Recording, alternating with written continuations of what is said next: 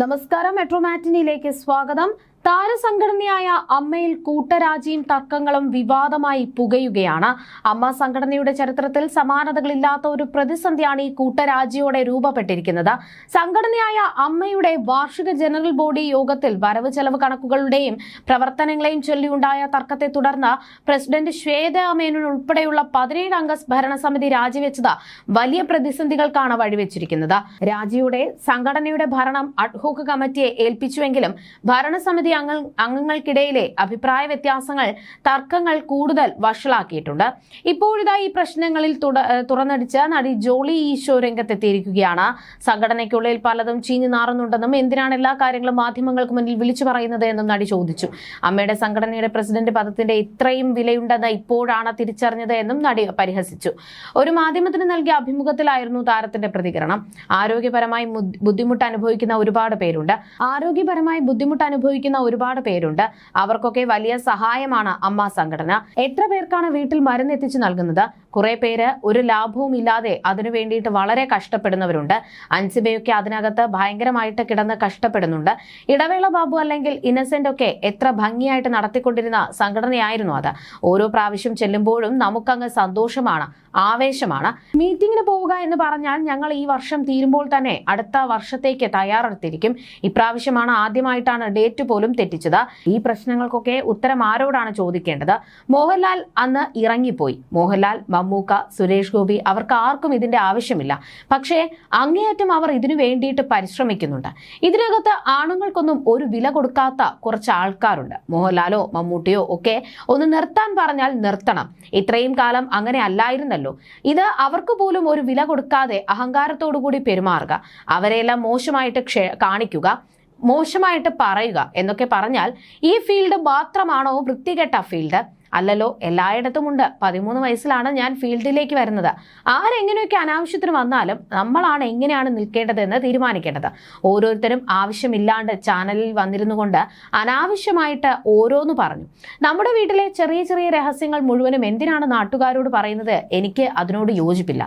Meeting കഴിഞ്ഞു വന്നതിന് ശേഷം ഒത്തിരി പേര് പുറത്തു നിന്നുള്ള ആൾക്കാർ നമ്മളെ വിളിക്കാറുണ്ട്. ഇതെന്താ ഇങ്ങനെ, അതെന്തുകൊണ്ട് ഇങ്ങനെ എന്നൊക്കെ ചോദിക്കും. പക്ഷേ ആരുടെ ഭാഗത്താണ് തെറ്റ്, ആരുടെ ഭാഗത്താണ് ശരിയെന്നൊന്നും നമുക്ക് കൃത്യമായിട്ട് അറിയില്ലല്ലോ. കാരണം നമ്മുടെയൊക്കെ ബുദ്ധി അല്ല ഇതിനകത്ത്. ഭയങ്കര ബുദ്ധിയുള്ളവരാണ് അവിടെ കിടന്ന് കളിക്കുന്നുണ്ട്. എന്തൊക്കെയോ ഇതിനകത്ത് ചീഞ്ഞു നാറുന്നുണ്ട്. കുറച്ച് സ്ത്രീകൾ തന്നെയാണ് പ്രശ്നം, അല്ലാതെ പുരുഷന്മാരല്ല. പുരുഷന്മാർക്ക് സ്ത്രീകൾ എല്ലാവരോടും കൂടി സ്ഥാനത്ത് വന്നതിന്റെ ഒരു ചെറിയ വൈരാഗ്യമുണ്ട്. ലക്ഷ്മിപ്രിയയെ സിദ്ദിഖാണ് നിർത്തിയത്. അന്ന് ഇലക്ഷന്റെ സമയത്ത് അത് പറയുമ്പോൾ ഞങ്ങൾ ആരും വിശ്വസിച്ചില്ല. പക്ഷേ കഴിഞ്ഞ പ്രാവശ്യം സിദ്ദിഖ് തന്നെ പറഞ്ഞു. അപ്പോൾ നല്ല ഉദ്ദേശത്തോടു കൂടി അല്ലല്ലോ. ഒരു സ്ഥാനത്തൊക്കെ ഇരിക്കുമ്പോൾ പക്വത വേണം, ആളുകളോട് പെരുമാറുന്ന രീതിക്ക് കുറച്ച് മയം വേണം. ഞാൻ വലിയ സംഭവമാണെന്ന് ചിന്തിക്കുന്ന ആളുകളൊന്നും തലപ്പത്തിരിക്കാൻ കൊള്ളില്ല. തലപ്പത്തിരിക്കണമെങ്കിൽ ഇച്ചിരി എളിമയും കാര്യങ്ങളും വേണം. ഇടവേള ബാബു ആയിരുന്നപ്പോൾ ഏത് സമയത്ത് നമ്മൾ വിളിച്ചാൽ എന്തിനും വരുമായിരുന്നു. ഇപ്പോൾ 1-2 പേര് ഇതിനകത്ത് ഉണ്ട്. ഡോക്ടർ റോണി, ആശ, മുൻപ് അൻസിബയൊക്കെ ഉണ്ട്. ഈ സംഘടനയുടെ തലപ്പത്ത് വരിക എന്നതൊക്കെ വലിയ സംഭവമാണെന്ന് ഇപ്പോഴാണ് മനസ്സിലാകുന്നതെന്നും ശ്വേത മാറില്ല എന്ന് തീരുമാനിക്കുകയാണ്. മമ്മൂട്ടി, മോഹൻലാൽ, സുരേഷ് ഗോപിയും ഒക്കെ മൗനം കാണിക്കുന്നത് എന്താണെന്ന് എനിക്ക് മനസ്സിലാവുന്നില്ല. പക്ഷേ മോഹൻലാൽ അന്ന് പറഞ്ഞിട്ടാണ് ഇറങ്ങിപ്പോയത്. ആരെന്ത് ചെയ്താലും സംഘടന പൊളിയും എന്നോർത്ത് നിങ്ങൾ ഇരിക്കേണ്ട എന്ന്. ആ ഒരു ധൈര്യം ഞങ്ങൾക്കുണ്ട്. പിന്നെ ഗണേഷ് കുമാർ ആണെങ്കിലും അന്നൊരു തീരുമാനമെടുത്താണ് പിരിഞ്ഞത്. ആ അഡ്ഹോക്ക് കമ്മിറ്റിക്കെതിരെ കേസിന് പോയി. ഞാൻ ചോദിക്കട്ടെ, സ്നേഹമായിട്ട് ഇരിക്കുമ്പോഴത്തേക്കും പല തമാശകളും നമ്മൾ പറയും. പിഷാരടി സംസാരിച്ചത് അത്ര കമ്പനി ആയിട്ടല്ലേ? നമ്മൾ ഈ ഫീൽഡിൽ ഉള്ളതല്ലേ? നമ്മളോട് നമ്മുടെ സഹപ്രവർത്തകർ സംസാരിക്കുന്ന രീതികൾ നമുക്കറിയാലോ. അത് പൊതുജനത്തിനെ അറിയിക്കേണ്ട കാര്യമുണ്ടോ? എത്രയും പെട്ടെന്ന് ഇലക്ഷൻ വേണമെന്നാണ് ഞങ്ങൾ എല്ലാം ആവശ്യപ്പെട്ടിരിക്കുന്നത് എന്നാണ് ജോളി ഈശോ പറഞ്ഞത്. ഈ വിവാദങ്ങളിൽ പ്രതികരിച്ച് നടി മായ വിശ്വനാഥും രംഗത്തെത്തിയിരുന്നു. സ്വന്തം കാര്യം നേടിയെടുക്കാൻ എന്തും ചെയ്യാൻ മടിയില്ലാത്ത ഒരാളായി ശ്വേത മേനോൻ മാറിയെന്നും നടി കുറ്റപ്പെടുത്തി. അമ്മയുടെ പ്രസിഡന്റ് കസേരയിൽ ഇരിക്കുന്നതിലൂടെ അവർക്ക് പല ലാഭങ്ങളും ഉണ്ടാകും. അല്ലെങ്കിൽ രാജിവെച്ചു പോയ ഒരാൾ ഒരു മടിയുമില്ലാതെ തിരിച്ചു വരില്ലല്ലോ എന്നും അവർ ചോദിച്ചു. ശ്വേത പ്രസിഡന്റ് ആവണമെന്ന് ഞാൻ ഒരിക്കലും ആഗ്രഹിച്ചിട്ടില്ല. ശ്വേത ചേച്ചി 2023 മറ്റോ ഒരു ജനറൽ ബോഡി മീറ്റിംഗിൽ ലാലേട്ടൻ ഇരുന്നപ്പോൾ സ്റ്റേജിൽ കയറി വന്ന് പറഞ്ഞു, ലാലേട്ട അടുത്ത വർഷം എനിക്ക് അമ്മ പ്രസിഡന്റ് ആവണം, ലാലേട്ടനെതിരെ ഞാൻ മത്സരിക്കുമെന്ന്. ലാലേട്ടന്റെ ഒപ്പം നിന്ന് ശ്വേത ചേച്ചി മത്സരിച്ചാൽ അവർ ജയിക്കുമെന്ന് തോന്നുന്നുണ്ടോ? അനാവശ്യമായി ആവശ്യമായി വുമൺ കാർഡ് ഇറക്കുന്നത് നിർത്തണം. ഞാൻ എവിടെയും പറഞ്ഞിട്ടില്ല സ്ത്രീകൾ ഭരിക്കുന്നതാണ് നല്ലതെന്ന്. അവിടെ ഒരു അൻസിബ എന്ന ഒരു സ്ത്രീയാണ് അനീതി പുറത്തു കൊണ്ടുവന്നത്. ഇവര് ജയിച്ച് കഴിഞ്ഞ ശേഷം 3 കോടിയുടെ കേസും ഭർത്താവും ഭാര്യയും കൊടുത്തു കണ്ടില്ലല്ലോ.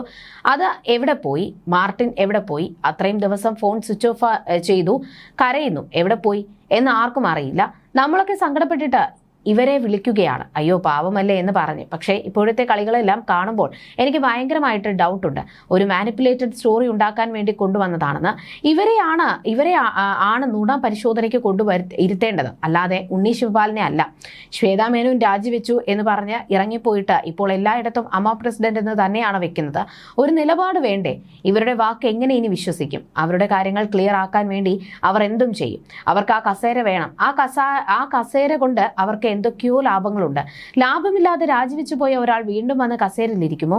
എനിക്ക് തോന്നുന്നു ഒരു പക്വതയില്ലായ്മയാണ് അവർ അവിടെ കാണിച്ചത്. നമ്മൾ വിശ്വസിച്ച ഒരാളോട് ഒരു കാര്യം പറയുന്നു, പക്ഷേ പിന്നീട് മറ്റുള്ളവർക്ക് മുൻപിൽ അത് വൊമിറ്റ് ചെയ്താലോ? അങ്ങനെ പറഞ്ഞപ്പോഴാണ് 2 കോടി രൂപ BJPയുടെ കയ്യിൽ നിന്ന് വാങ്ങിച്ചുവെന്ന് ബാബുരാജും സിദ്ദിഖും ഇക്കയും ഒക്കെ പറഞ്ഞത്. അതുവരെ 2 മൈക്കും കക്ഷത്ത് വെച്ചുകൊണ്ടിരുന്ന സ്ത്രീ ആ സമയത്ത് വെടികൊണ്ട പന്നിയെ പോലെ സ്റ്റേജിൽ നിന്ന് ചാടി ഞാൻ രാജി, എല്ലാവരെയും പിരിച്ചുവിട്ടു എന്ന് പറയുന്നത്. പിന്നെ മാധ്യമങ്ങൾക്ക് മുന്നിലേക്ക് ഓടി എനിക്ക് മാധ്യമങ്ങളെ ഉള്ളൂ എന്ന് പറഞ്ഞു. അതിന് കുറച്ചു മുൻപ് വരെ മാധ്യമങ്ങളെ ചീത്ത വിളിച്ച സ്ത്രീയാണ്. നമ്മൾ ചെയ്യാത്ത തെറ്റിനാണ് ആരോപണം കേൾക്കുന്നത് എങ്കിൽ നമ്മൾ അവിടെ നിന്ന് ഫൈറ്റ് ചെയ്യും, തെളിയിക്കും.